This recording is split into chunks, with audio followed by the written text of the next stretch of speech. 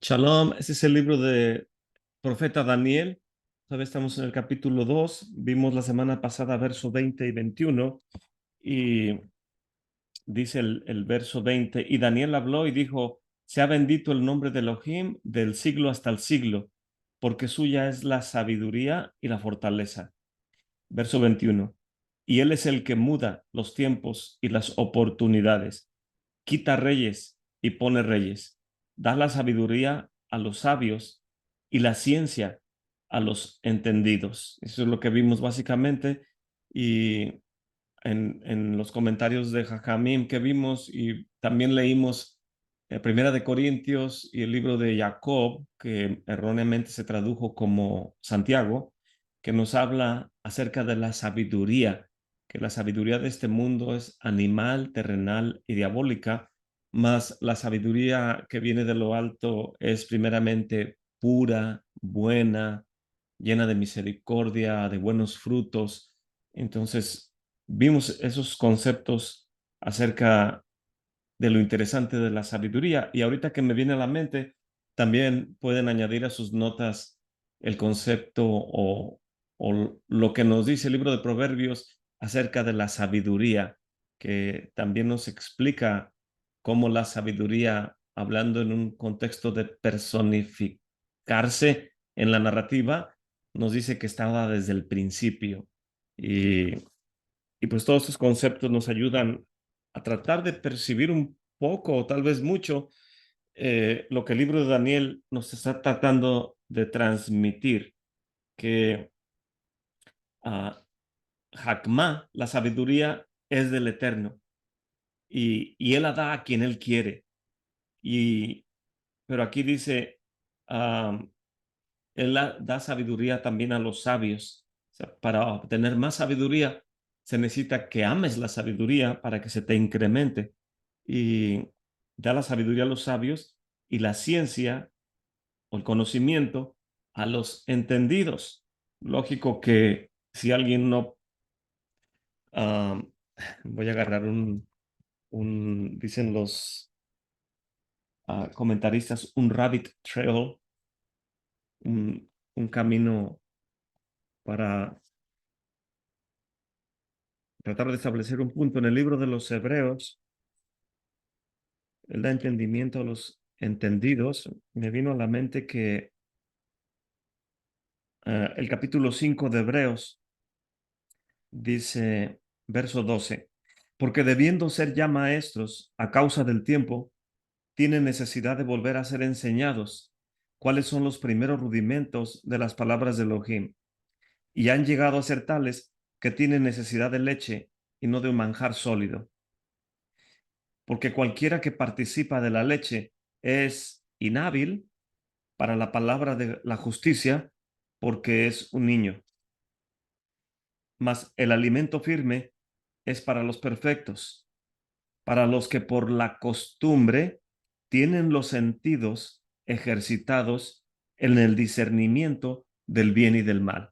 Entonces, puede una persona ser muy inteligente, académicamente hablando, ser maestro de la Universidad de Yale o en este caso creo que la Universidad de Harvard.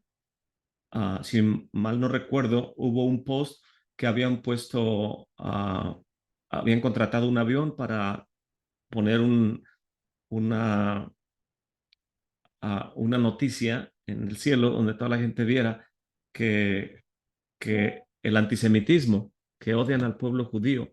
Entonces, puede ser muy inteligente, de las mejores universidades del mundo académicamente, pero moralmente, éticamente, puedes estar por los suelos porque no tienes los sentidos ejercitados en cuanto a los valores morales y en la mente de nuestro Padre Celestial y de Jajamim todo es un paquete bien balanceado.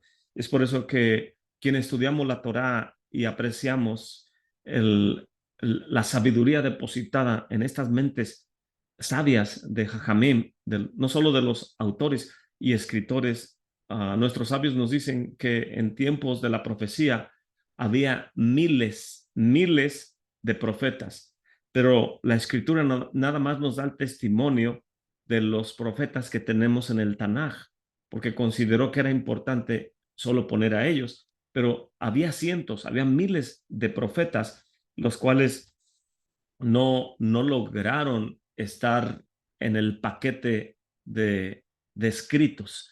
Al igual que, como decimos, la Mishnah fueron los escritos más importantes del Sanhedrin, que fue plasmado en lo que conocemos como la Mishnah, en sus diferentes tratados, que nos habla de diferentes temas, como de sembrar o de las festividades, del Shabbat, de familias, de uh, diferentes aspectos agrícolas, ganaderos o del calendario. Entonces, nos da información por temas, mas sin embargo, información que no consideraron los sabios de la Mishnah importante para ponerla en esos tratados, lo pusieron en otros tratados que se llama la Tosefta. Y de igual manera, información que los sabios consideraron que no era importante que estuviera en la Tosefta, la pusieron en otros escritos que se le llaman baraitas. Entonces, cuando uno busca una información en base a un concepto o a un tema, va uno al Tanaj y luego te llevan los sabios en sus comentarios a la Mishnah. Y después de la Mishnah te lleva a la Tosefta. Y luego otro te puede llevar a una baraita y otros cientos o docenas de comentarios que hay ahí. Pero vemos cómo opera el buscar información en base a los depósitos que el Eterno da sabiduría a quien Él quiere dársela. Y para explicarnos la sabiduría que viene de lo alto, que es primeramente pura, que es buena, que es misericordiosa, que es llena de buenos frutos, entonces vamos con el pueblo de Israel. Mas, sin embargo, si buscas sabiduría animal, terrenal y que tiene hasta tintes diabólicos, se oye muy agresiva esa frase. El mismo Mesías le dijo a Pedro, al Shliach, a Kefas o Pedro, eh, apártate de mí porque me eres tropiezo. Hasatán significa un obstáculo, un acusador. Le dice, Yeshua le está diciendo a uno de sus Shilejim, apártate de mí, Hasatán, apártate de mí, acusador, porque me eres un tropiezo. Entonces vemos que aún dentro del círculo de Talmidim o de estudiosos del Mesías, se puede designar en el mismo Sidur, cuando hacemos las oraciones matutinas, estamos viendo que dice, apártame de cualquier vecino. Déjenme lo busco aquí en el Sidur. Dicen los americanos, I'm telling you. Les digo, es interesante meditar en estas cosas verso por verso, pero a la vez se alarga, cosa que está bien, pero trata uno de agotar todas uh, la información que hay a nuestro alrededor para poder establecer ciertos puntos. Y con el More Joe hay un grupo de estudio, como más de 20 personas en un chat, que nos conectamos con él precisamente los jueves. Antes de estar yo con ustedes, estoy con él un par de horas, o estamos con él varias personas. Y entre ese grupo, una persona había hecho unas preguntas hace 2 semanas acerca del muro que se llama el Soreg, que tenía anuncios encima del Soreg donde decía que quien no fuera del pueblo de Israel y fuera a las razones correctas cruzando ese muro al área más santificada, bajo su propia responsabilidad puede ser sentencia de muerte si está cruzando esa línea que delimita el atrio exterior, que al Morello no le gusta que se le designe como en Apocalipsis, se le tradujo el atrio de las naciones o el atrio exterior o el atrio de los... hay otro nombre que se me fue de la boca, el atrio de los gentiles. A él no le gusta que le llamen el atrio de los gentiles, sino que es el atrio exterior o, o el perímetro fuera del Soreg. Y había estado alguien haciendo unas preguntas acerca del Soreg y que por qué a las mujeres no se les permite entrar hasta ciertas áreas y a los hombres sí. Y por la misma razón que a los hombres no se les permite a los hombres de Israel entrar al área de los levitas, y por la misma razón que a los levitas no se les permite entrar al área de los Kohanim, y por las mismas razones que a los Kohanim en general no se le permite entrar a donde entra el Kohen Gadol en Yom Kippur, en el Kodesh HaKodashim.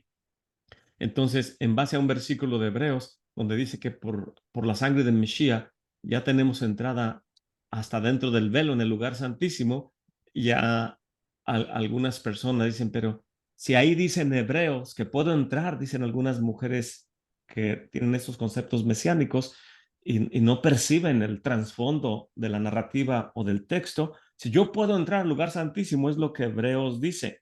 Y la pregunta es, en boca de dos o tres testigos conste todo asunto. Tenemos un texto en Hebreos, necesitamos otro que lo enforce o que lo respalde.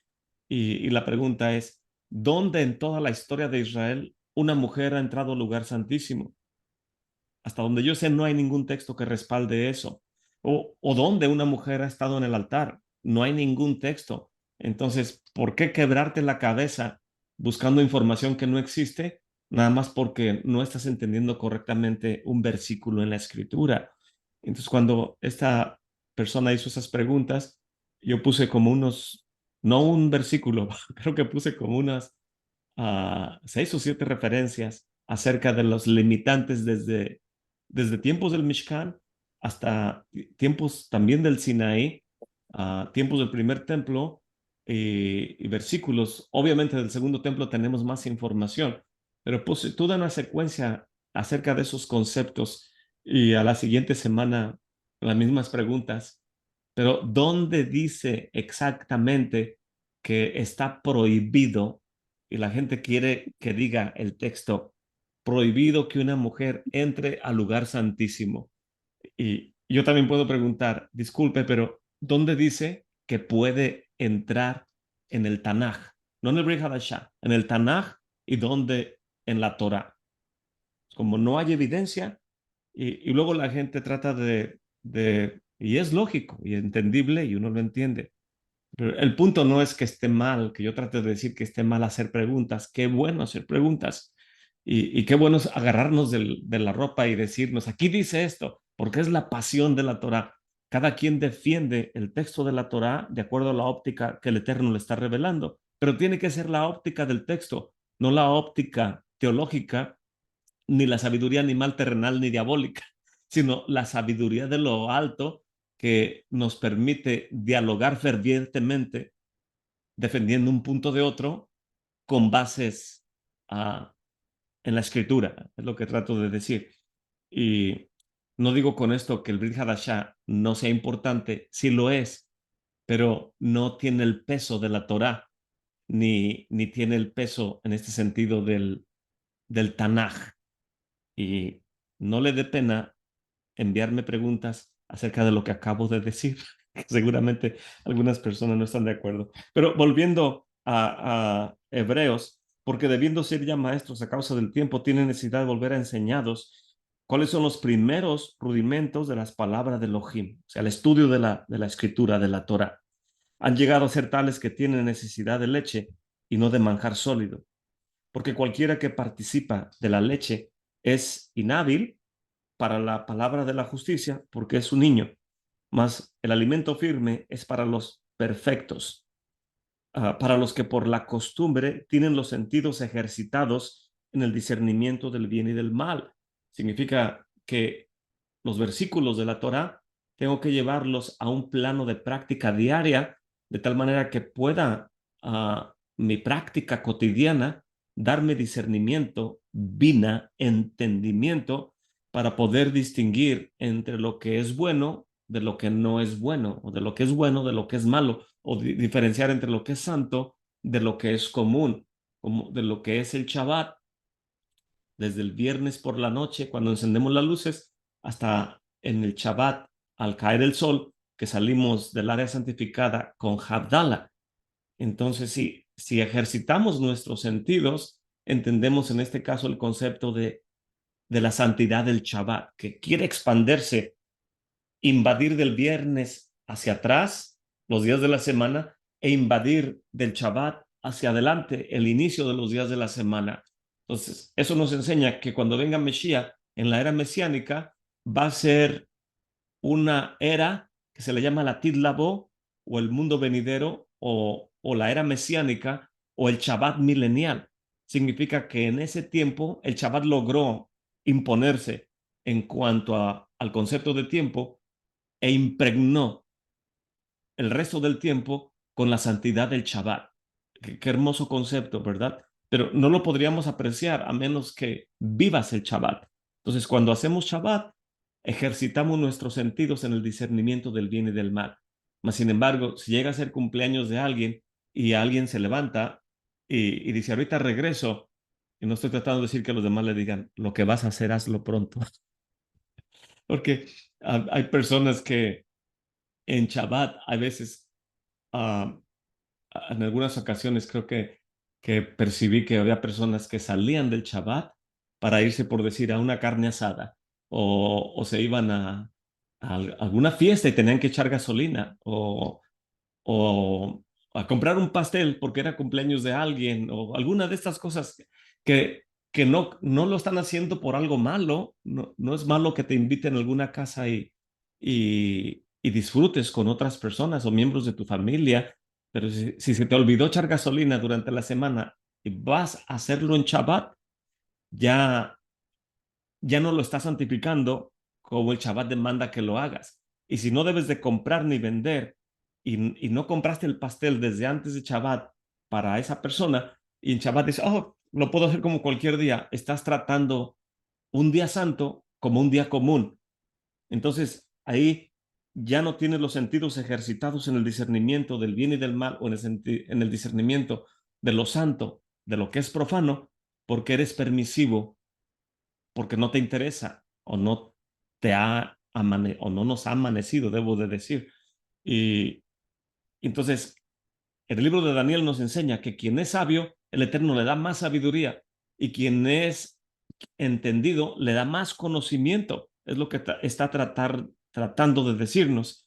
Y lo que yo trato de especificar con Hebreos, que tenemos que ejercitar nuestros sentidos para discernir todas estas cosas. De otra manera, es irrelevante todo lo que hacemos si nos comportamos como paganos o transgresores, uh, tal vez no deba decirlo, uh, ¿cómo se dice? Crónicos o que constantemente cometemos el mismo error, cuando ya debíamos haber mejorado ese aspecto de nuestra vida.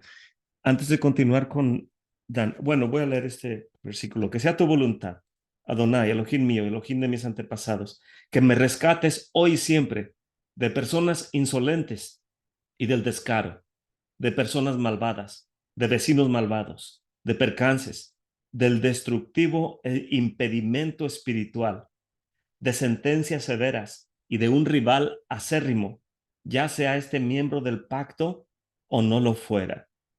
Entonces,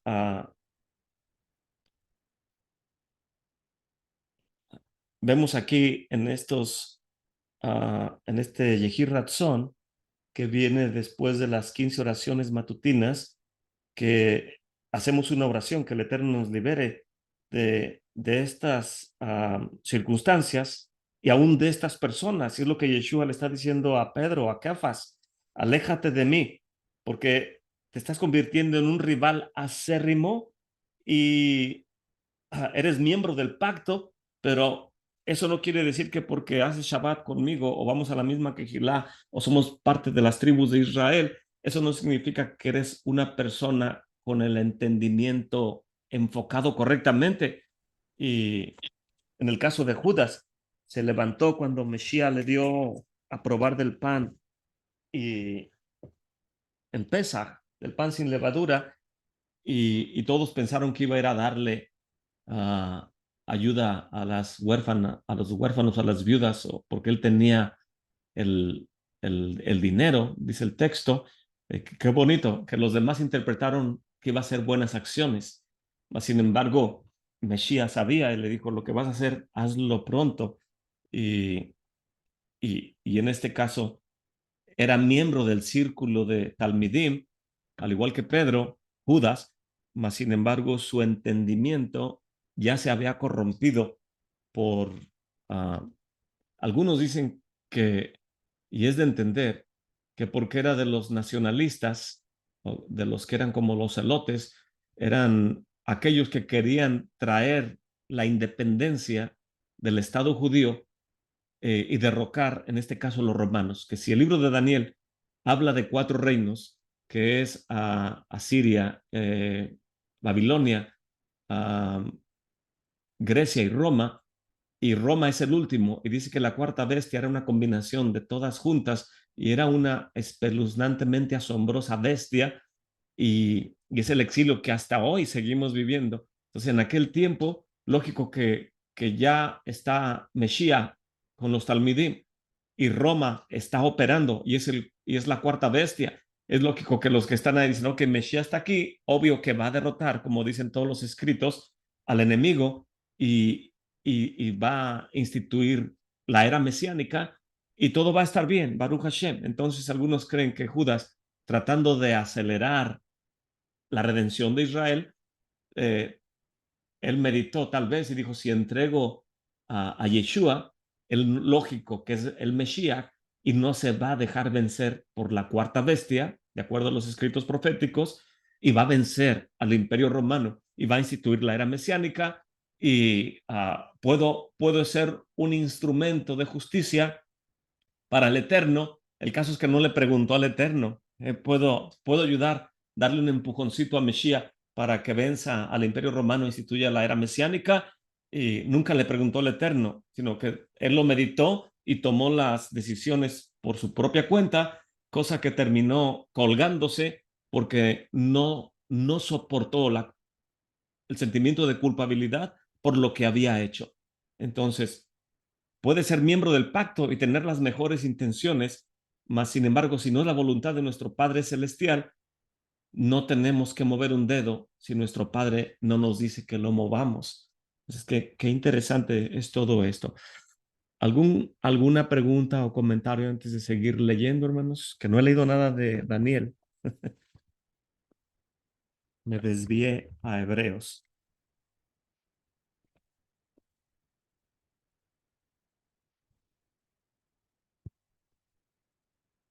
Ok, entonces voy a leer del profeta Daniel. Déjeme regresar rápidamente a mi texto en español. Daniel capítulo 2. Verso 22. Él revela lo profundo y lo escondido. Conoce lo que está en tinieblas y la luz mora con él. Y en el comentario de ArtScroll, que es el que he estado leyendo, porque creo que es el único que tengo para este estudio, creo que también el otro,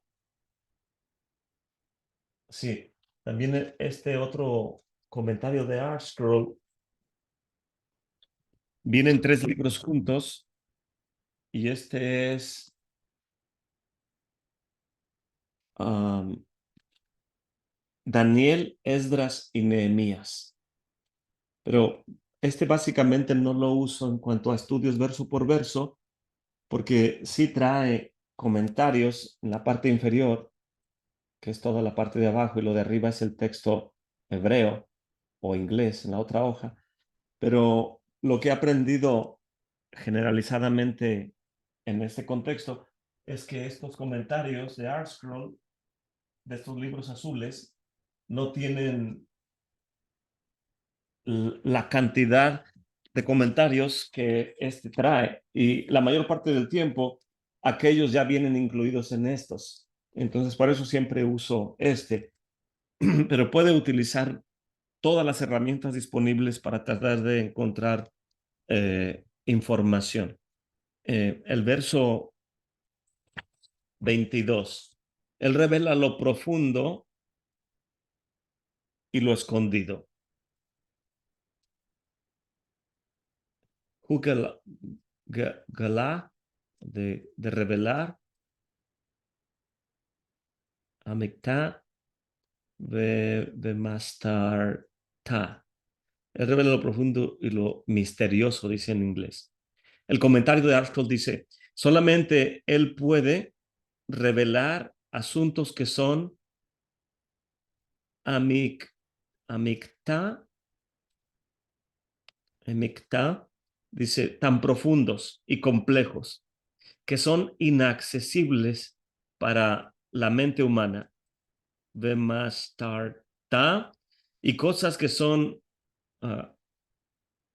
tan misteriosos, creo que viene la palabra sater, de donde viene sot o soter. Las cosas son tan misteriosas que son desconocidas para el ser humano por la profundidad de lo escondido. Así nos lo dice el comentarista Malvin.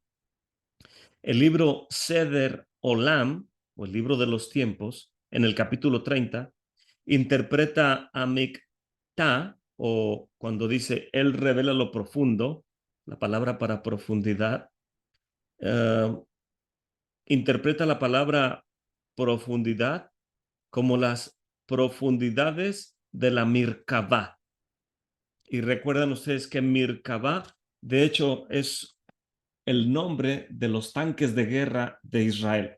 Mirkabah, en su explicación simple, es la carreta divina, es el trono de la gloria o la carreta divina, el Mirkabah. Entonces, el libro Seder Olam, en el capítulo 30, interpreta esta palabra hebrea de lo profundo como las profundidades de la Mirkabah.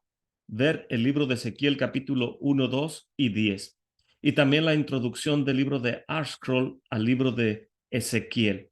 Dice Mestarta, y también lo misterio o de los misterios, y dice que lo interpreta como los misterios como los actos creativos de Elohim.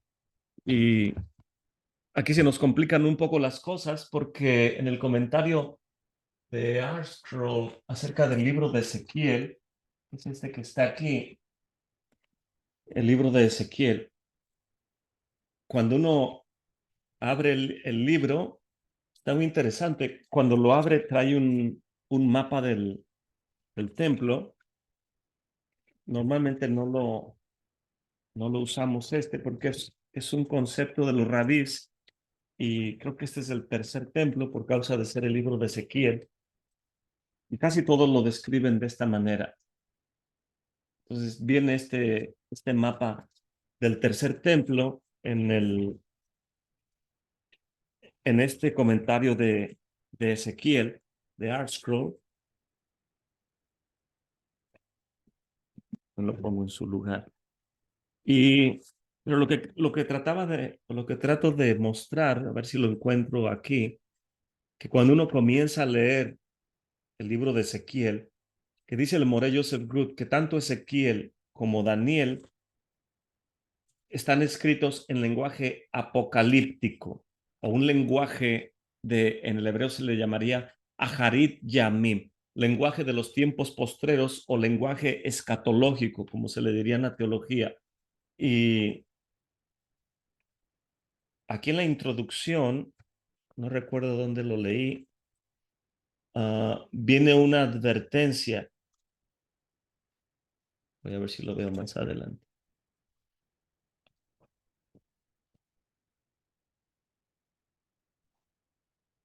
Y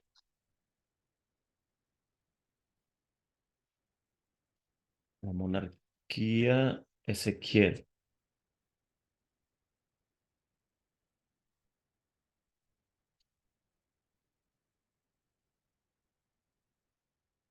Dice, aquí está, vienen varias páginas de temas de introducción y aquí continúa diciendo Ezequiel.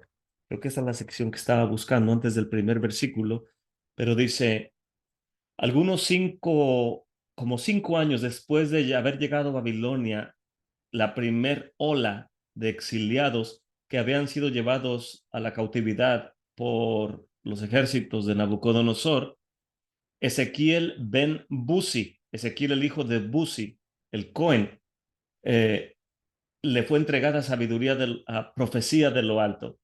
y él estuvo a las orillas del río Kebar, y dice, los cielos se abrieron y se le mostró visiones de Elohim.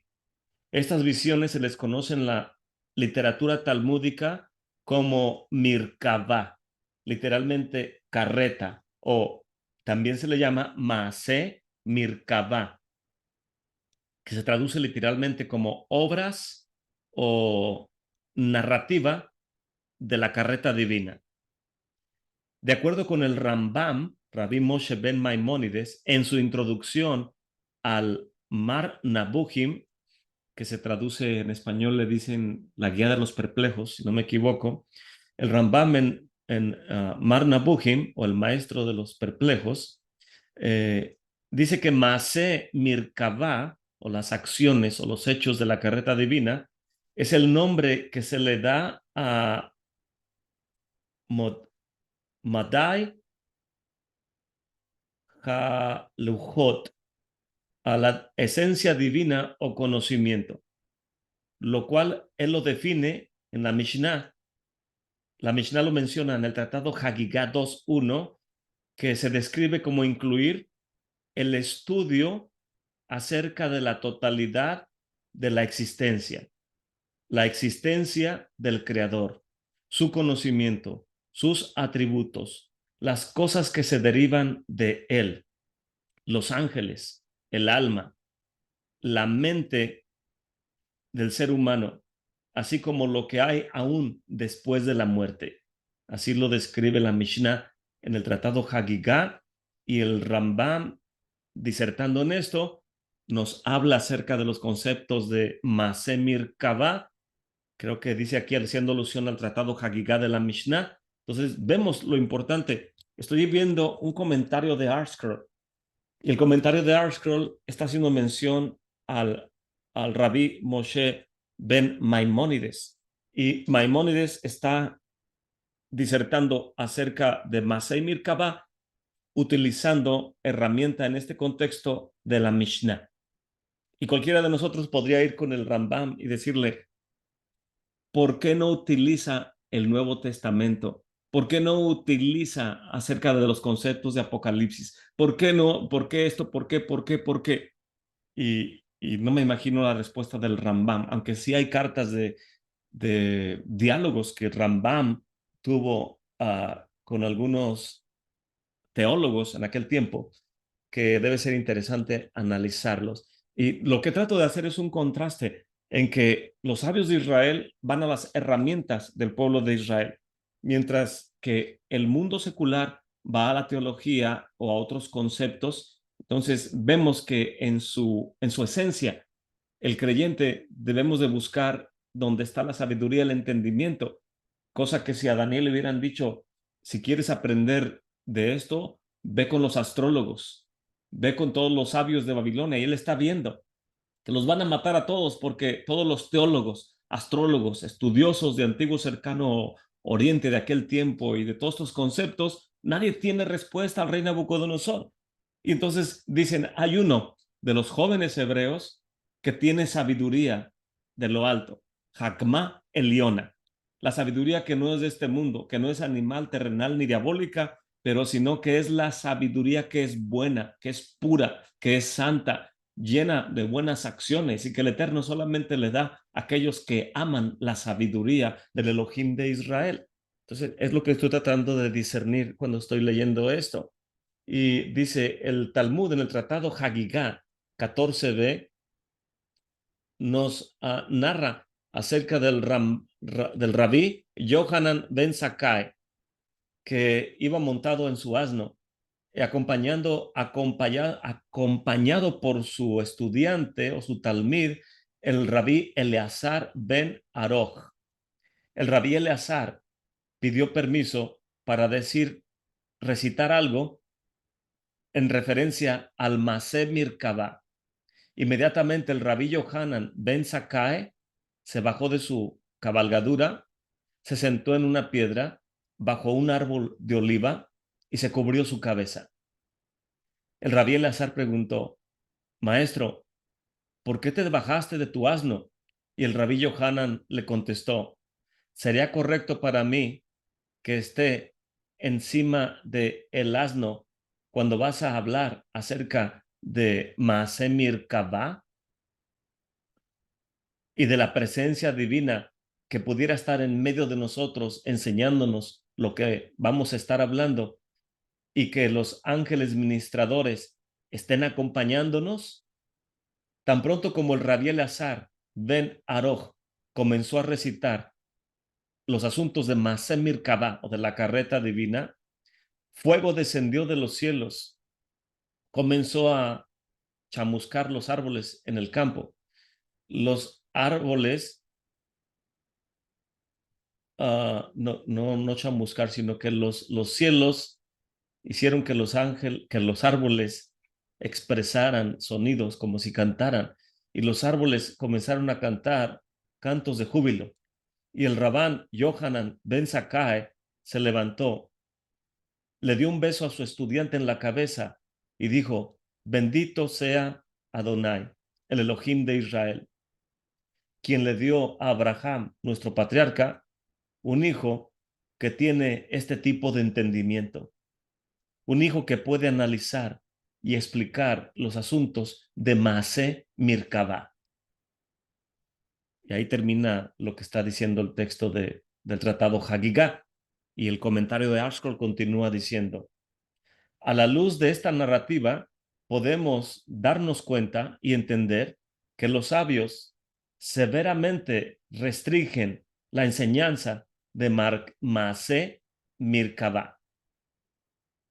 Ellos dicen: no podemos enseñar los asuntos de Maaseh Mirkabah a un solo estudiante en privado, a menos que notemos que él es sabio y entendido en su conducta.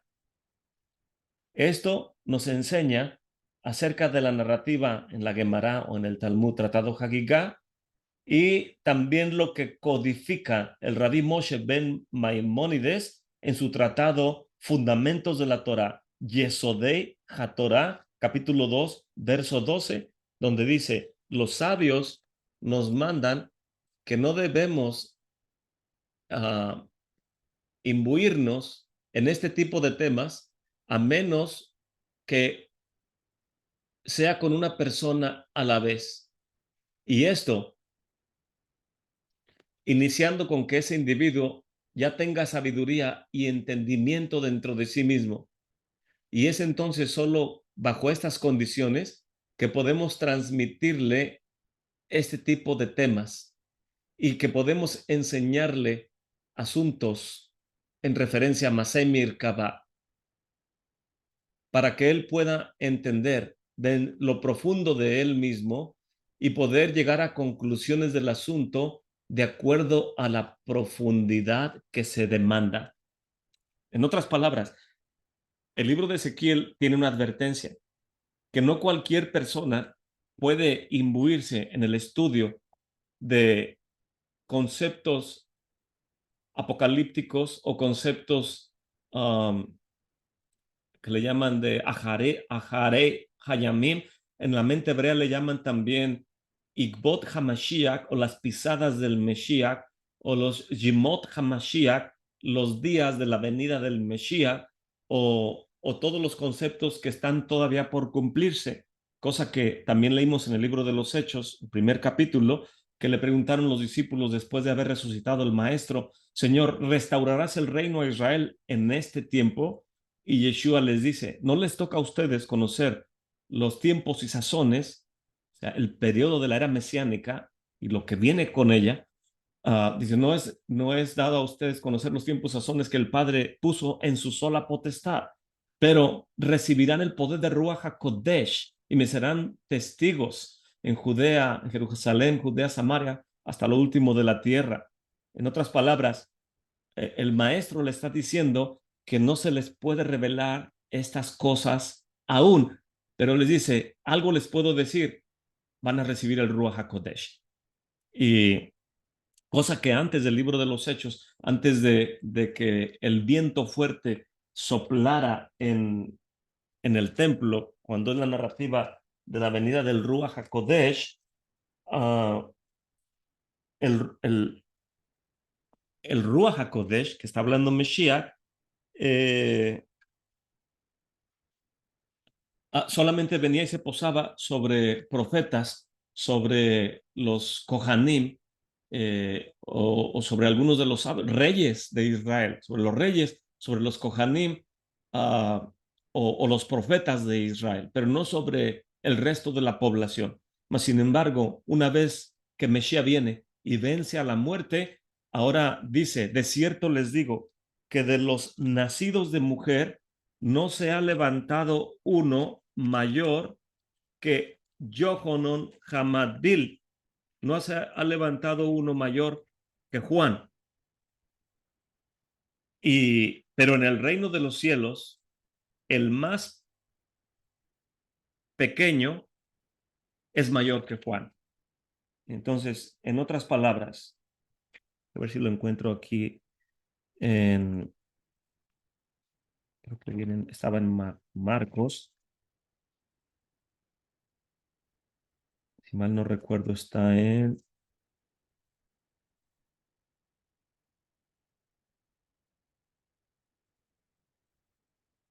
Herodes,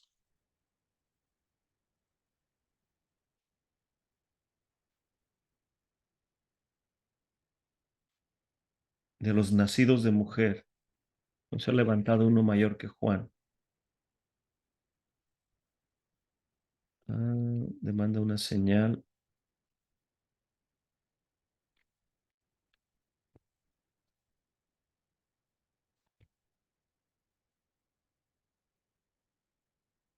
Ese versículo siempre se me ha hecho muy impactante. Lo aprendí del Moré Joseph Good, que de los nacidos de mujer no se ha levantado nadie mayor que Juan. Pero en el reino de los cielos, el más pequeño es mayor que Juan. Y el Moré Joseph Good, explicándome acerca de esto, nos dice que antes de la venida, cuando viene Juan, él viene a anunciar la venida de Mesías.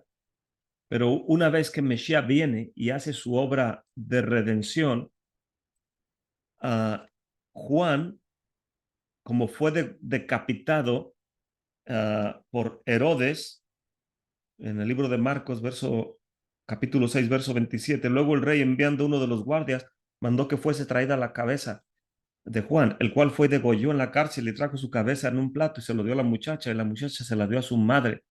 Entonces, como Juan fue decapitado antes de la resurrección, la venida del Ruach HaKodesh, el testimonio de que Mesías vence a la muerte, no fue Juan partícipe de ese evento glorioso que viene, que el resto de la comunidad sea partícipe del Ruach HaKodesh.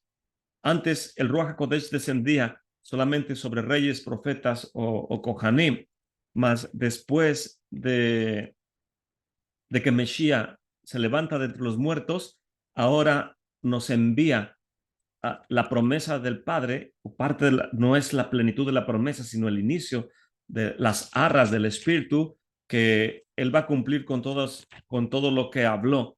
Y en ese sentido, tratando de explicar y buscar el versículo, y en ese sentido, como Juan no participó de la venida del Ruach HaKodesh después de que Yeshua se levanta de entre los muertos, aquellas personas que sí participamos por la fe en Mesías, que no hay otro nombre dado a los hombres de abajo del cielo en el cual podamos ser salvos, y es enviado el Ruach HaKodesh, entonces esas personas, dice Mesías, son mayores que Juan. Entonces se espera de nosotros que tengamos una conducta en cuanto a haber sido partícipes y que creemos en Mesías, de que Él ya envió la promesa y las arras del Espíritu, y que por precio hemos sido comprados, y que, como dice Rab Shaul, ya no vivo yo, mas vive el Mesías en mí. Pero a uno de los primeros talmidim les dice, Mesías, no les a ustedes dar que conozcan los secretos del Masei Merkabah, o de todo lo que el Padre va a hacer en estos tiempos postreros, mas sin embargo, sepan esto, van a ser partícipes del Ruach HaKodesh y eso les debe de bastar. Entonces, qué interesante las advertencias que vienen aquí en el libro de Ezequiel, que el lenguaje apocalíptico o de los tiempos posteros que tiene tanto el libro de Daniel como el libro de Ezequiel, dicen los sabios de Israel, no lo podemos enseñar a las masas. Tendría que ser entre varios rabinos a un solo individuo para asegurarnos que ese individuo está entendiendo correctamente las cosas y que no nos va a malentender y luego va a ir a formar su propio centro cabalístico y tener todos sus seguidores y hacer sus reuniones en Zoom o vender sus libros y decir, oh, soy un rabí mesiánico especialista en Kabbalah y en Masei Merkabah, y le preguntas, pero ¿quiénes son tus maestros? ¿Quiénes te enseñaron? ¿Quién está arriba de ti? Y no te dan respuestas. Hay cantidad de maestros mesiánicos o pseudo rabinos mesiánicos que, que parece ser que quieren ostentar este tipo de reputación.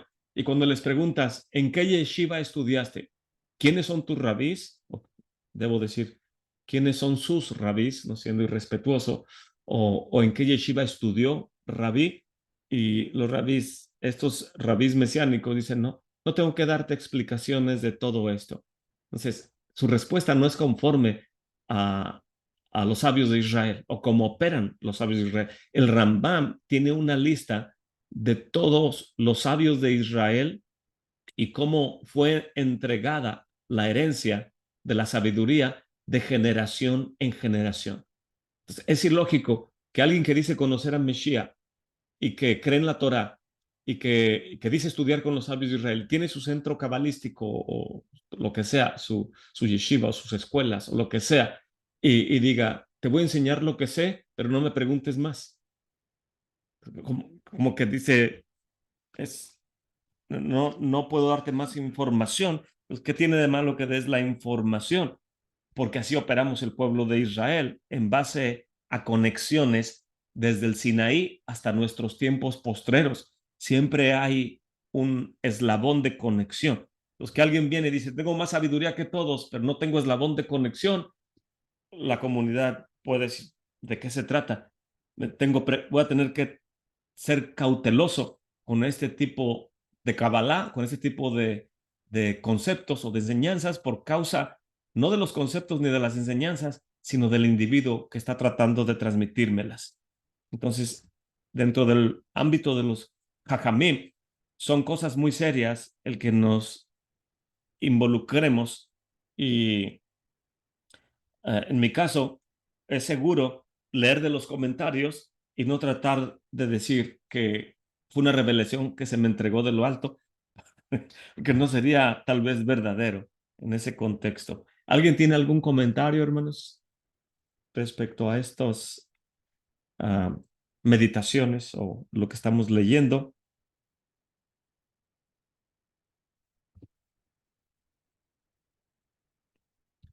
Él revela lo profundo y lo escondido, conoce lo que está en tinieblas y la luz mora con él. El versículo 23. Después de que este libro nos desvió a lo de Ezequiel, voy Bueno, a... More, Hermano Nicolás, shalom. Shalom.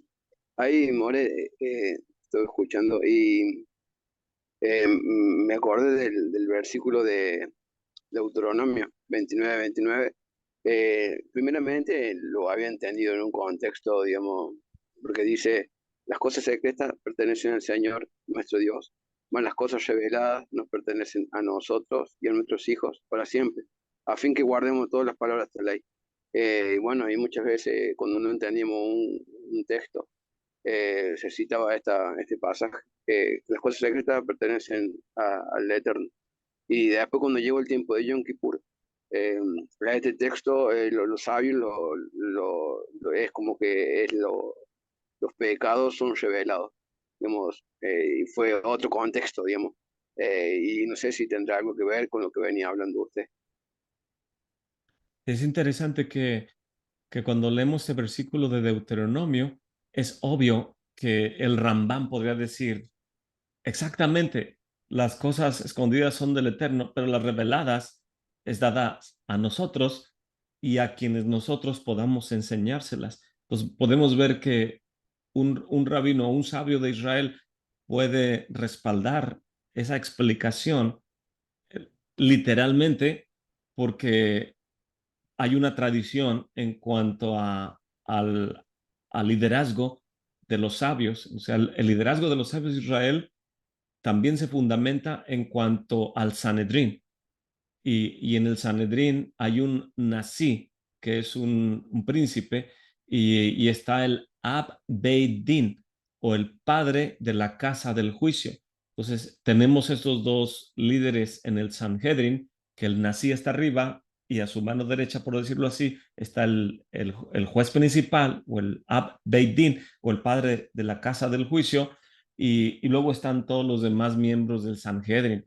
Y aun cuando hay asuntos de pena capital, tienen que haber, en este caso, siempre números nones, que si es una comunidad pequeña, tiene que haber mínimo 3 jueces para que puedan disertar y, y si hay 2 a favor, 1 en contra, o 2 en contra, 1 a favor, siempre va a ser así, pero no puede haber números pares que haya 4, 2 a favor y 2 en contra. Siempre hay 3, 5, 7, 11, números impares. Y el Sanedrín en ese sentido era 71 sabios que dicen en la Halajá que si se emite una pena de muerte, aún es preferible traer otro sabio adicional o otro número impar de sabios para que puedan dar su opinión, todavía tratando de salvar al acusado y siempre buscando el bien de la comunidad y buscando la inocencia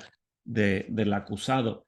Entonces, ningún Sanedrín del mundo o cuerpo legal del mundo hace esto, pero en base a lo que el hermano Nicolás nos recuerda, en este caso del libro de Devarim, se puede entender en base a liderazgo de los sabios de Israel.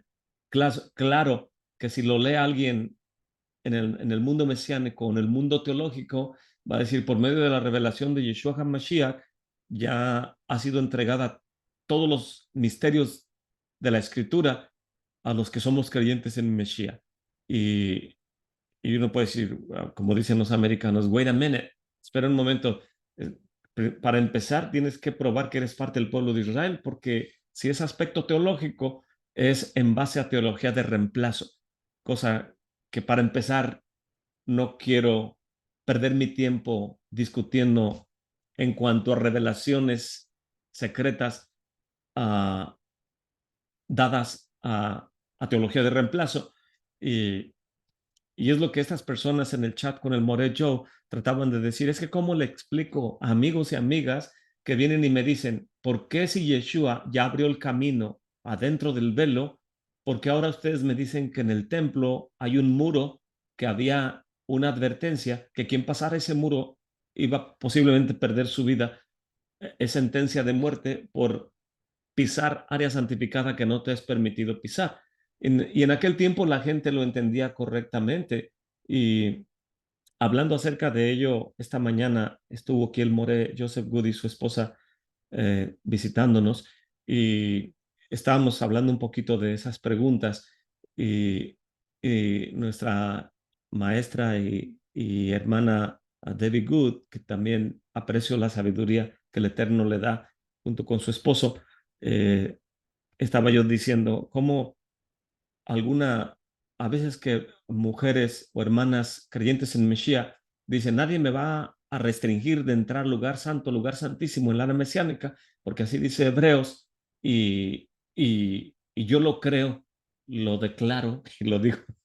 Estoy tratando de irónicamente de enfatizar de la manera como lo dicen, pero algo que la hermana Debbie se me quedó viendo y dijo, si soy mujer, y especialmente en aquel tiempo, me dijo, especialmente en tiempos antiguos, cuando hoy en día vamos y compramos nuestra carne al supermercado, ya viene empaquetada, ya viene lavada, cacherizada, entonces vamos y compramos nuestra carne para poder hacer uso de ella en nuestras cocinas. Dice ella, pero antiguamente no era tan práctico como hoy en día. Antiguamente tenías que ir, como en muchos que venimos de otros países, a la carnicería local, donde literalmente están colgando las reses y ahí tú le dices, deme tantos kilos de este y tantos kilos de esto, de aquello.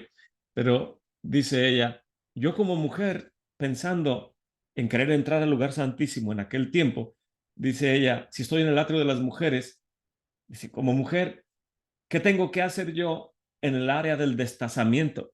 ¿Qué tengo que hacer yo donde está todo lleno de sangre y meterme en esa área de trabajo de los Kohanim? Nada más porque creo en Mesías, dice ella, dice, estoy tratando de discernir lo que estamos platicando, me dijo ella.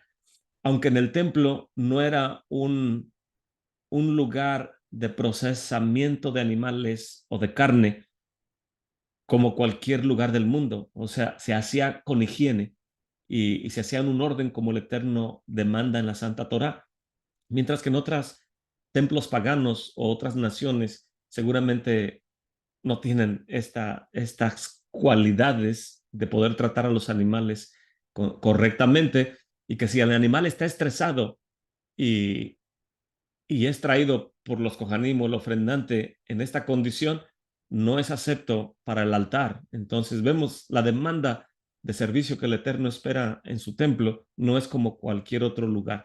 Pero bueno, no quería desviarme tanto de lo que comenta nuestro hermano Nicolás. Lo que trato de decir es que dependiendo del marco mental de quien lee esos versículos, lo va a tratar de acoplar a su generación o a sus conceptos teológicos. ¿Alguien tiene otro comentario al respecto?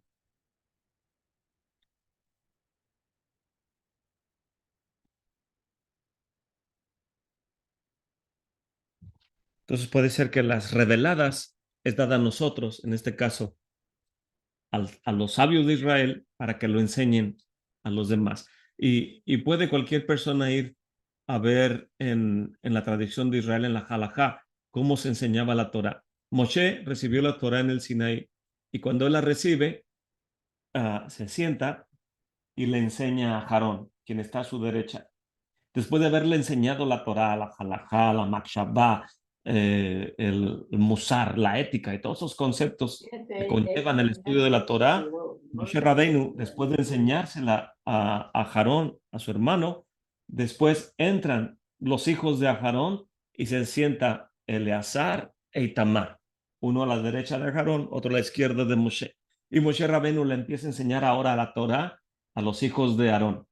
Después que se las enseñó a los hijos de Aarón, entran los sabios de Israel, si no me equivoco, y les empieza a enseñar igual la Torah a todo el Sanedrín y a todos ellos. Entonces a Aarón ya la escuchó cuando se la enseñaron a él, cuando se la enseñaron a sus hijos, cuando se la enseñaron a los sabios, y después entra el pueblo y Moshe se la enseña al pueblo.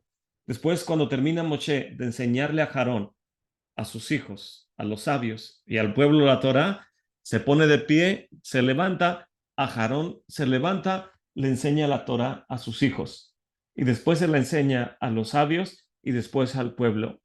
Después que él termina, se levanta y los hijos de Aarón enseñan la Torah a los sabios de Israel y al pueblo.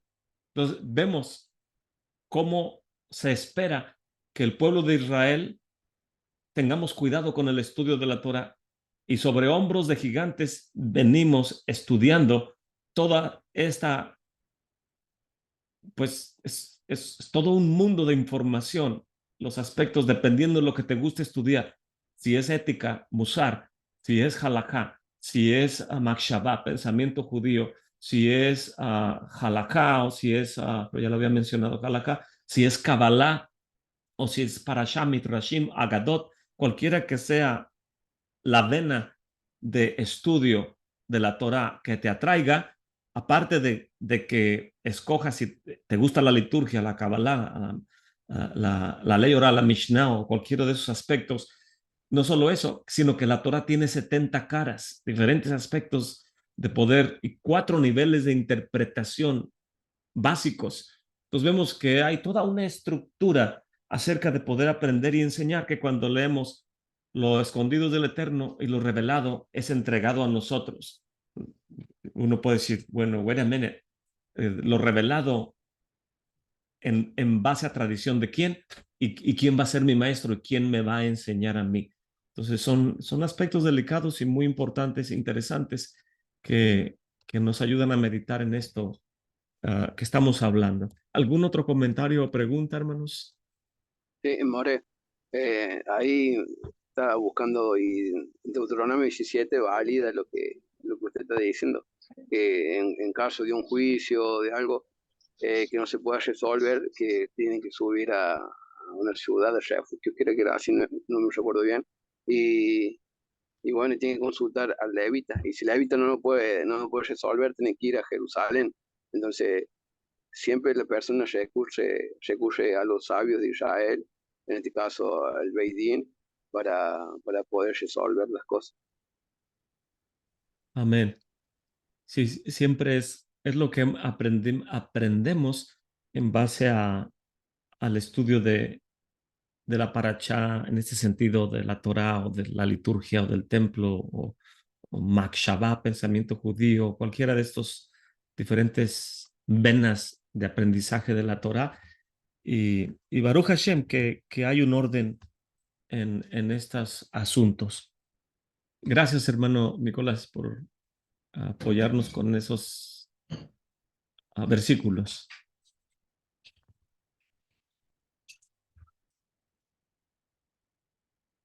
En el verso 22 todavía del comentario de Arshkel dice que el Beur Hagra, que es un comentario, nos explica que el libro de los tiempos, el Seder Olam, en sus interpretaciones, que nos habla del Masai Mirkabah, ya que está prohibido enseñar los asuntos de la Mirkabah o de la carreta divina a otras personas, como ya lo leímos Hagigá 2:1, la Mirkabah puede solamente ser contemplada en las profundidades del corazón de uno.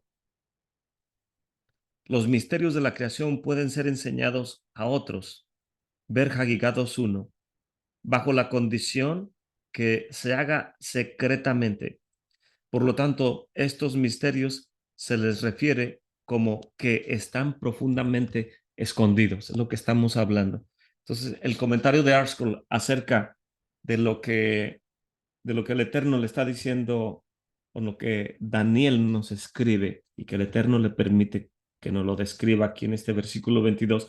Él revela lo profundo y lo escondido, conoce lo que está en tinieblas y la luz mora con él. Y estamos aprendiendo que en la mente judía, en la mente hebrea, los maestros de estos secretos y profundidades no se los enseñan a cualquiera. Y qué bonito que aprendemos del rabí Yohanan ben Zakkai, que cuando su discípulo le hizo estos comentarios, se bajó de la cabalgadura, se cubrió la cabeza. Lo mismo que hizo Rebeca cuando la traía Eleazar para que se encontrase con su amado Yitzhak. Cuando ella lo miró, dijo, ¿quién es ese varón de hermosa apariencia en este campo tan hermoso que es el monte Moría o el templo donde estaba Yitzhak haciendo la oración de Minjá, del mediodía? Y cuando lo ve Rivka, se cubre la cabeza y vemos el concepto de podemos absorber diferentes aspectos, no solamente éticos en cuanto a una mujer casada que se cubre la cabeza cuando está con su esposo, está reconociendo a su esposo, sino aspectos espirituales como el rabí que dice, ¿acaso será correcto que discutamos asuntos de la carreta divina y que la Shekinah descienda de lo alto y los ángeles del Eterno vengan y nos ministren y que yo esté con la cabeza descubierto y encima del asno hablando de estas cosas tan hermosas y tan profundas? Lo lógico es que me baje y que me siente, que me cubra la cabeza y que oremos, cantemos salmos y que los árboles empiecen a escucharnos y también empiezan a alabar al Eterno, y entonces empezamos a meditar en las profundidades y el Eterno en su misericordia tal vez encuentre mérito en nosotros para que nos revele secretos.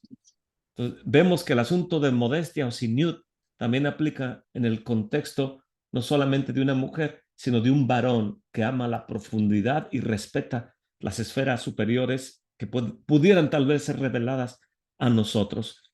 Y, y como aquellos sabios que habíamos hablado de los Abu Saradán o familias de yemenitas que se me fue el nombre del otro rabí, que el rabí Kiduri, que reveló asuntos de la venida del Mesías y cosas así, cómo se cubrían no solamente la cabeza, sino casi toda la parte del rostro, perdón, de la cabeza, nomás dejando ver el rostro, porque no querían desviarse viendo cosas de este mundo que no les distraigan para aprender las profundidades de la Santa Torá. Entonces, eh, son aspectos muy, muy hermosos y muy profundos de poder aprender de nuestros maestros acerca de estos aspectos que Daniel está describiéndonos. Dice el verso 23, a ti, oh Elohim de mis padres, confieso y te alabo, que me diste sabiduría y fortaleza, y ahora me enseñaste lo que te pedimos, pues nos has enseñado el negocio del rey. Esto lo dice en el verso 23. Y creo que antes de ir al 23 me faltaba leer aquí que conoce la oscuridad, verso 22, que conoce lo que está en las tinieblas y la luz mora en él. En cuanto a lo que está en la oscuridad, dice el eterno, el conocimiento del eterno. Contrario al conocimiento del ser humano, que no requiere algo fuera de él mismo, una de las maneras que el ser humano adquiere conocimiento es a través del sentido de la vista. Este sentido, ya que depende del estímulo exterior o de su alrededor, por ejemplo, la reacción del ojo cuando ve algo y se conecta con el cerebro y los rayos de luz que vienen en el objeto que está observando, no se puede percibir si estuviera en la oscuridad. El conocimiento del Eterno, sin embargo, es un atributo innato.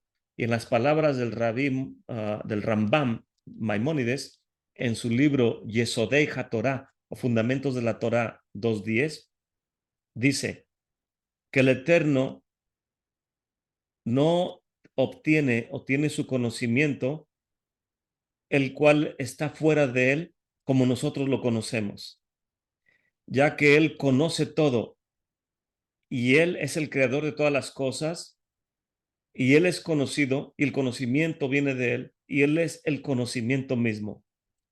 Y todo esto es uno en él.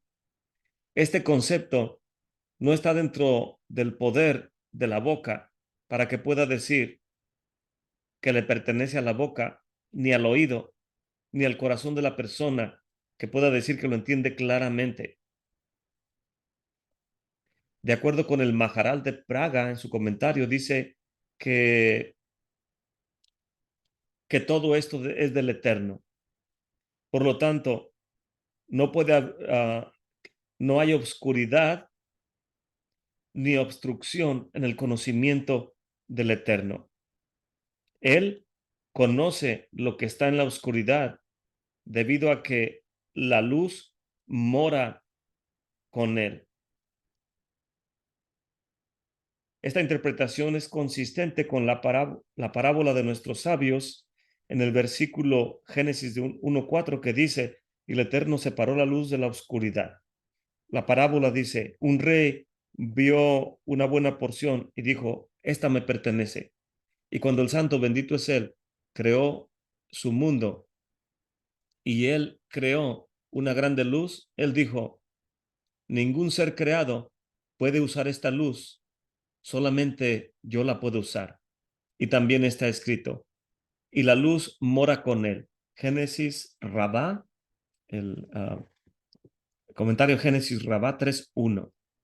El comentarista Ralbag, en su comentario en Génesis 1:4, comenta y dice que los sabios claramente entienden que la luz creada en el primer día es esta, la luz primaria, y no es una iluminación física, sino es una luz espiritual, una luz intelectual.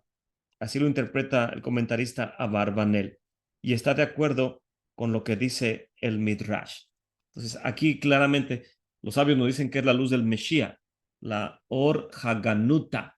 En los Askenazí dicen Or Haganusa, en el Sefardita dicen Or Haganuta, o la luz primaria, la luz inicial, que es la luz que alumbró desde el inicio de la creación, pero todavía no existía el sol, ni la luna, ni las estrellas. Por lo tanto, esta luz no es una luz del mundo físico, sino es una luz espiritual, y los sabios dicen que es la luz del Mesías.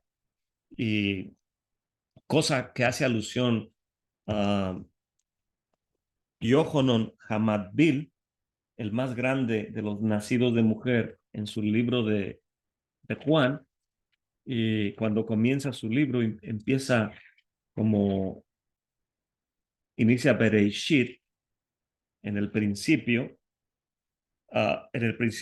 era la palabra o la Dabar, y la Dabar era con Elohim, y la Dabar era Elohim.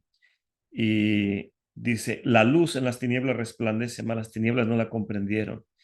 Aquel, o sea, Mesías, era la luz verdadera que alumbra a todo hombre que viene a este mundo. En el mundo estaba y el mundo fue hecho por él y el mundo no le conoció.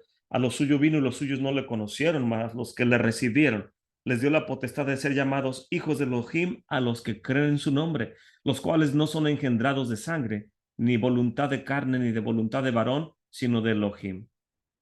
Y luego viene el testimonio. Dice, yo solamente soy la voz. Capítulo 1 de Juan. Juan dio testimonio diciendo, vi al Ruach que descendía del cielo como una paloma y reposó sobre él, y yo no le conocía, mas el que me envió a purificar con agua, me dijo, sobre quien vieras descender el Ruach y que reposa sobre él, este es el que sumerge en el Ruach HaKodesh. Y me voy a adelantar al capítulo 3. Dice, porque de tal manera amó Elohim al mundo que ha dado a su Hijo unigénito, para que todo aquel que en él cree no se pierda, mas tenga vida eterna. Porque no envió Elohim a su Hijo al mundo para condenar al mundo, mas para que el mundo sea salvo por él. El que en él cree no es condenado, mas el que no cree ya es condenado, porque no ha creído en el nombre del unigénito Hijo de Elohim. Y esta es la condenación, que la luz vino al mundo y los hombres amaron más las tinieblas que la luz, porque sus obras eran malas. Porque todo aquel que hace lo malo aborrece la luz y no viene a la luz, para que sus obras no sean redargüidas. Mas el que opera en verdad viene, se acerca a la luz, para que sus obras sean manifiestas, que son hechas en Elohim. Qué hermosa descripción en el capítulo 3. Aquí vemos claramente que no está hablando de una luz física, sino está hablando de la luz inicial, la luz que el Eterno dijo, esta es mi porción. La luz es creada por mí y para mí, y se la puedo entregar a mi Hijo amado. Y cuando Él viene y nos permite regocijarnos acercándonos a esta luz, dice Juan, yo no soy la luz, aquel es la luz verdadera que viene al mundo a iluminar, pero no está iluminando como una luz física del sol o de la luna, una luz de un foco, una luz mercurial, una luz de la electricidad, sino es la luz del intelecto, es la luz del Ruach, la luz del Espíritu. Y esta es la condenación, que los hombres amaban más las tinieblas que la luz, porque sus obras son malas. Mas todo aquel que hace lo malo aborrece la luz y no viene a la luz para que sus obras no sean redarguidas. Mas el que opera en verdad se acerca a la luz, para que sus obras sean manifiestas, que son hechas en Elohim. Entonces, vemos este concepto de la luz escondida, es revelada y entregada a los hombres en el mérito del Mesías Yeshua, y cosa que no podemos decir que el pueblo ortodoxo no tiene esta luz, el Morello Segud me enseñó en una ocasión también, cuando alguien me preguntaba de esto y fui con mi maestro, le dije, More, ¿qué puedo responder acerca de que las personas dicen, jalándose los cabellos, ¿por qué el Mesías no es aceptado por el pueblo judío? Y no voy a acercarme a un ortodoxo a aprender Torah porque no es creyente en Mesías. En una ocasión vino un rabí muy famoso en el mundo mesiánico, no debo decir entre comillas, porque sí es famoso, en verdad, y ha trabajado muy duro para que ese sea su galardón. Si ese es su galardón, lo ha obtenido. Pero este rabí vino a la congregación, nos estuvo hablando un poco de la paracha y después se me acercó y dijo, necesitas un rabí que guíe a tu congregación. Le dije, ¿un rabí? Dijo él, sí, un rabí judío. Y le dije, tengo un moré que no es judío, pero me enseña de la Torah. Dice, no, necesitas un rabí que sea alguien judío y que crea en Mesías. Y luego mi maestro cree en Mesías, me enseña de la Torah y todo. Dice, pero necesitas un rabí. Le digo, tenemos diferentes rabís que nos enseñan en Jerusalén. Dice, pero no son creyentes en Mesías. Y le digo, ¿y eso los hace criminales o menor o menos que los que creemos en Mesías? Y se molestaba porque trataba yo de razonar lo que él trataba de decirme. O sea, me está hablando, yo estoy tratando de razonar y captar el por qué me está haciendo esas preguntas y con qué razón o a dónde me lleva ese diálogo. Y tratando yo de discernir todo esto, a él no le está gustando estas cosas. Entonces, uh, eh, son temas que la gente pregunta normalmente, que si el pueblo judío no cree en Mesías, ¿por qué voy a aprender de ellos? Y um, son preguntas irónicas, porque o lógico que ese rabí que me estaba haciendo estas preguntas aprende de ellos, porque lee la Mishnah, la Gemara y los documentos de los sabios de Israel, pero está tratando de decirme, si no te los interpreto yo, no lo vas a poder entender, lo cual es una mentira, porque puedo interpretarme los mimoreos, los rabís que tenemos desde Jerusalén y los comprendo exactamente como él me los está enseñando. Entonces, tiene que tener cuidado en cómo se expresa o cómo trato de transmitir cosas para no ser malinterpretado o tratar de enviar un mensaje que no debo estar enviando. Y el versículo que estoy buscando en el libro de los Hechos para este ejemplo es que es el de, a ver si lo encuentro, 19, Hechos 19, ya me acordé. Eh, Apolos. Aconteció, entre tanto, que Apolo estaba en Corinto, Pablo, entrada en las regiones superiores, vino a Éfeso y, encontrando a ciertos talmidim, les dijo, ¿recibieron el Ruach HaKodesh cuando creyeron? Y ellos le dijeron, antes ni aún hemos oído si el Ruach HaKodesh podía descender sobre cualquier persona, lo que hablamos al principio, que el Ruach HaKodesh antes de la resurrección del Mesías venía y se posaba sobre profetas, sobre reyes de Israel o sobre los Kohanim, porque uh, traían el Urim y el Turim, Tumim, perdón, Urim Tumim para cuando el rey David inquiría al Eterno, ¿iré a la guerra o no? Traigan el efod y poder preguntar al Eterno. Se iluminaba la placa pectoral, entonces partícipes de la profecía o de la revelación era el rey, el Cohen, o en este caso los profetas con quienes el Eterno les revelaba. Entonces, en aquel tiempo se revelaba a este tres grupos de personas principalmente, mas después de la resurrección del Mesías, Mesías hace que cualquier creyente en Mesías y que no hay otro nombre debajo del cielo puede ser partícipe del Ruach HaKodesh, lo que está diciendo Hechos 2, Hecho 1 y Hechos 2. Entonces dice aquí, recibieron cuando creyeron, dice, no habíamos oído si esto era posible. Y les digo, ¿en qué entonces han sido sumergidos? Ya leímos en Juan, que Juan purifica sumergiéndote en agua, mas él dice, el que viene detrás de mí, de cual no soy digno de encorvarme y desatar la correa de sus sandalias, él los va a sumergir no en agua, sino en el Ruach HaKodesh. Es lo mismo que está diciendo Hechos capítulo 1. Y ellos dijeron, ¿en qué pues han sido sumergidos? Y ellos dijeron, en la purificación de Yohanan.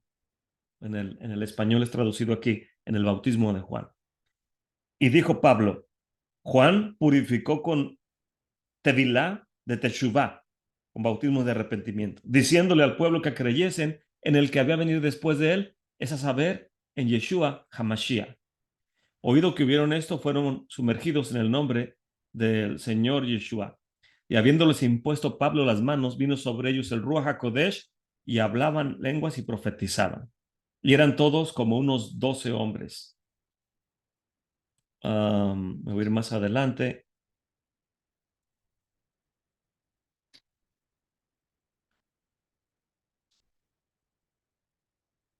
Platero Demetrio. Quiero ir donde viene Apolos.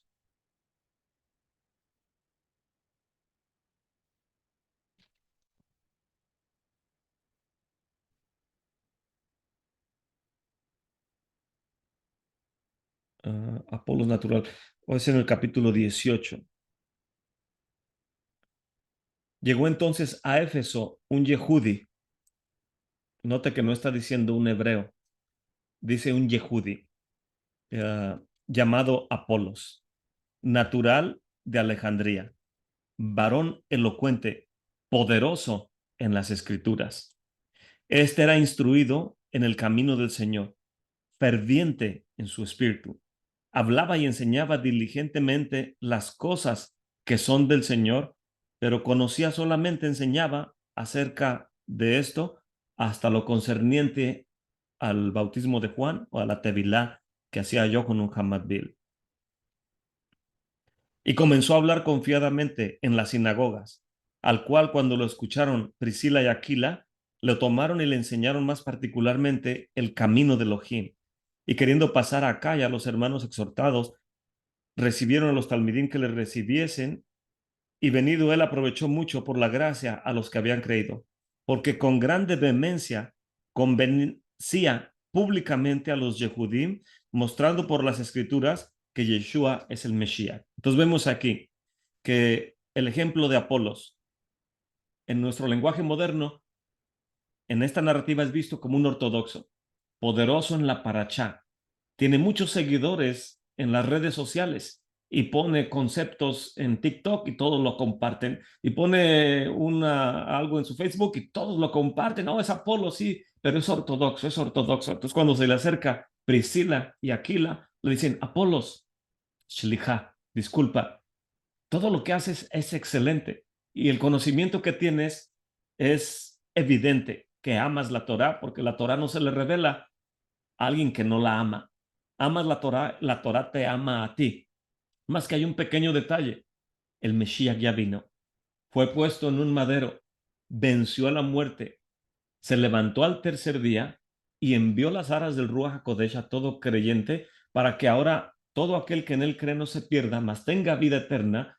Y la luz inicial que había sido escondida y el Eterno dijo, esta es mía, ahora Mesías se la puede entregar en el mérito de lo que él pasó venciendo la muerte a todo aquel que cree que no hay otro nombre debajo del cielo dado a los hombres. Y cuando Apolos entendió lo que Aquila y Priscila le dijeron, creyó, y todo su conocimiento junto con la fe en Mesías podía convencer públicamente a los Yehudim, mostrándoles en las escrituras que Yeshua es el Mesías.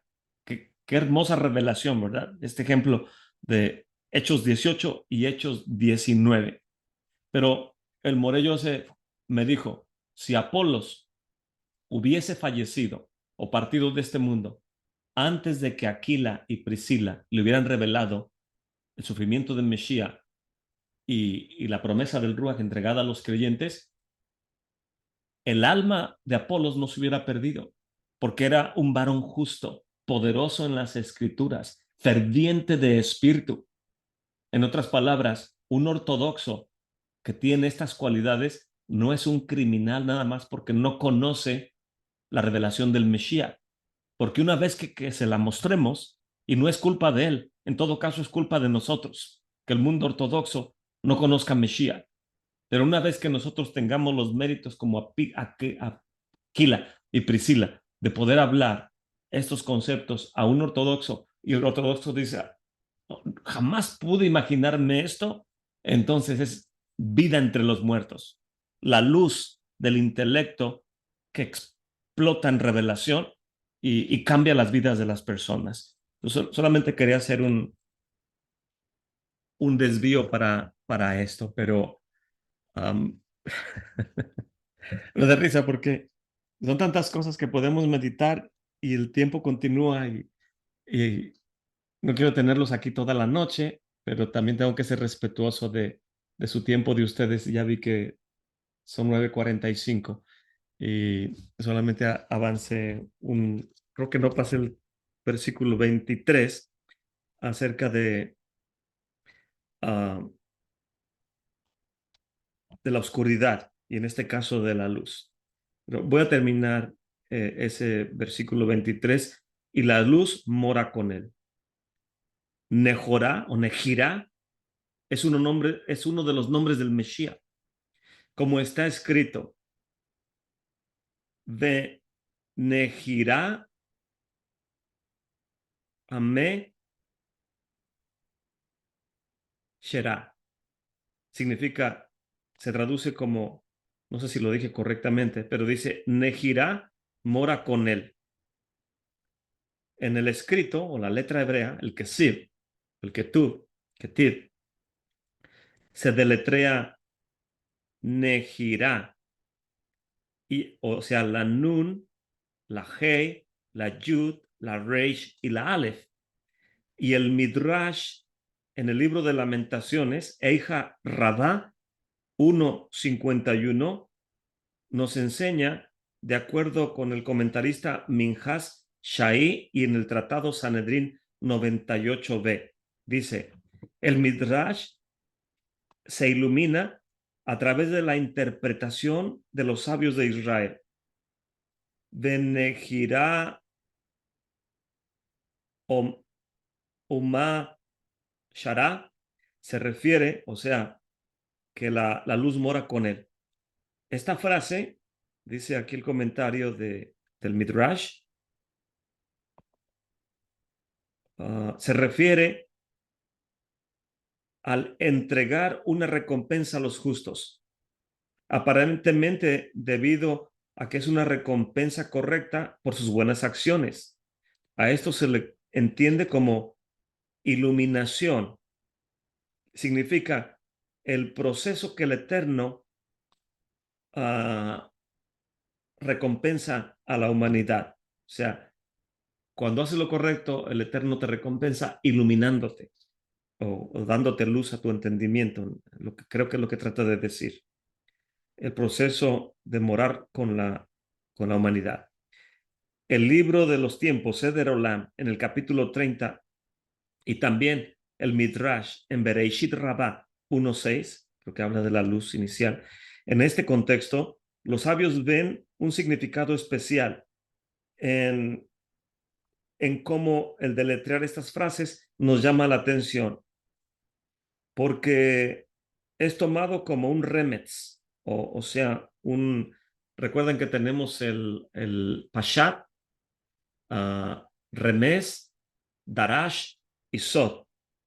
Entonces aquí dice que es tenido como un remez, que es un segundo nivel de interpretación de la Torá y que nos está señalando que hay una recompensa específica para los justos.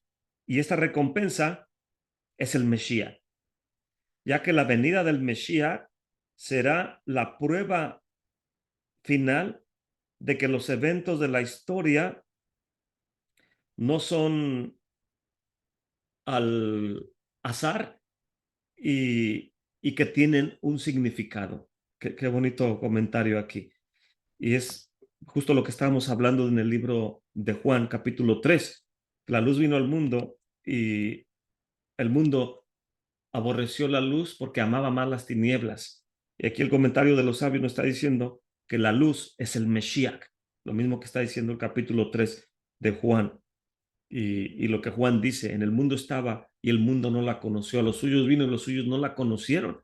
No debe de molestarte que los suyos no la conocieron, que si tú la conoces, revélasela a los que son de Él, porque para eso se nos es revelada, no para que la escondamos y la guardemos, sino para que ilumine donde hay oscuridad. Pues si en tu entendimiento, no en el de usted, sino el de algunas personas, dicen, es que los ortodoxos no conocen la luz del Mesías. Si tú la tienes, ilumínalos. Y, y creo que el Eterno puede ver esa conducta piadosa en alguien que quiere mostrarle Mesías a otro, seguramente puede darnos las palabras correctas, la literatura correcta, el momento correcto, las condiciones correctas para tal vez solamente como aquel joven que fue a pedirle al rabí Hofetz Haim, que, que es uno de los justos de esta generación pasada. Eh, Toda la gente iba para que orara por él, este piadoso. Y, creo que sí es Jaime, estoy tratando de recordar. Y esta persona que fue a verlo tenía un problema con el adicción al cigarro y dice, ya quiero dejar de esta adicción. No sé ni por qué la agarré y un amigo dijo, ve con el rabí para que ore por ti. Y hizo una cita, llegó a la oficina del rabí, cuando le tocó había mucha gente ahí esperando que le llamaran para que entrara y que el rabí orara por ellos. Y cuando él entró, el rabí estaba sentado en su escritorio, le dio la bienvenida, que se sentara por favor, y sin decir ninguna palabra, pues siéntate con señas, y ¿a qué vienes? Y el joven empezó a decirle, rabí, tengo este problema, no puedo dejar de fumar y quiero dejar ese hábito y ayúdeme, ore por mí. Y dice esa narrativa, yo la escuché del rabí Moshe Wimberger, eh, no la leí, la recuerdo por lo que él la narró. Y dice el rabí que en esta narrativa, el rabí solamente le tomó la mano al joven y se le quedó viendo y sus lágrimas empezaron a salir de sus ojos. Y por ver la condición y la angustia de este joven luchando con ese hábito y que con sus lágrimas en sus ojos el rabí le dijo que ya se podía ir, que se fuera. Y el joven se levantó y pues se salió y continuó su vida y se dio cuenta que ya no podía fumar, que el primer cigarro que quiso agarrar se lo puso en la boca y al querer encenderlo venía a su mente la imagen de aquel justo con lágrimas, compadeciéndose por la condición en la que estaba ese joven y en lugar de encender el cigarrillo, apagaba la luz y tiraba el cigarro. Dice, no, no puedo fumar nada más de recordar las lágrimas del rabí teniendo compasión de mí. Entonces podemos ver en un ejemplo de un rabí con un corazón piadoso por el pueblo de Israel, el pueblo judío, se compadece de esa manera por alguien que tiene esta condición de necesidad. ¿Cuánto más compasión tendría Mesías por la humanidad? ¿O cuánto más nuestro Padre Celestial que envió a su Hijo unigénito para dar vida a los que estábamos bajo el dominio del acusador, del Hasatán? Entonces, lo que trato de decir, si es tanto el amor y la misericordia de nuestro Padre, de nuestro Mesías, de los sabios de Israel y aún de nosotros mismos por el pueblo judío y por lo que está pasando, hay demasiada luz a nuestro alrededor como para ignorarla, como para poder seguir en antiguos hábitos o conductas que no me dejan madurar ni ser mejor individuo en estos tiempos que nos ha tocado vivir, que pueda el Eterno en su paciencia y misericordia iluminarnos y poder ser dignos representantes del Mesías y pueda el templo ser reconstruido rápidamente en nuestros días y ver esos días gloriosos nosotros junto con nuestros hijos y que ya no haya guerras, ni religiones, ni engaños, ni mentiras, ni sufrimiento en este mundo y pueda todo ser renovado como al principio. Amén. Pues gracias por su tiempo, hermanos, que um, el reloj inexorablemente continúa y parece ser que uno va junto con el reloj hablando y hablando, pero el Eterno les bendiga por tener paciencia, estar escuchando, que yo trato de que no sea un monólogo, pero ustedes tampoco quieren hablar, entonces uh, pueda el Eterno permitirnos tener una reunión de Zoom más de diálogo e interactuada en estos días Hashem nos ayude. Pero gracias a todos por su paciencia. ¿Alguien tiene un comentario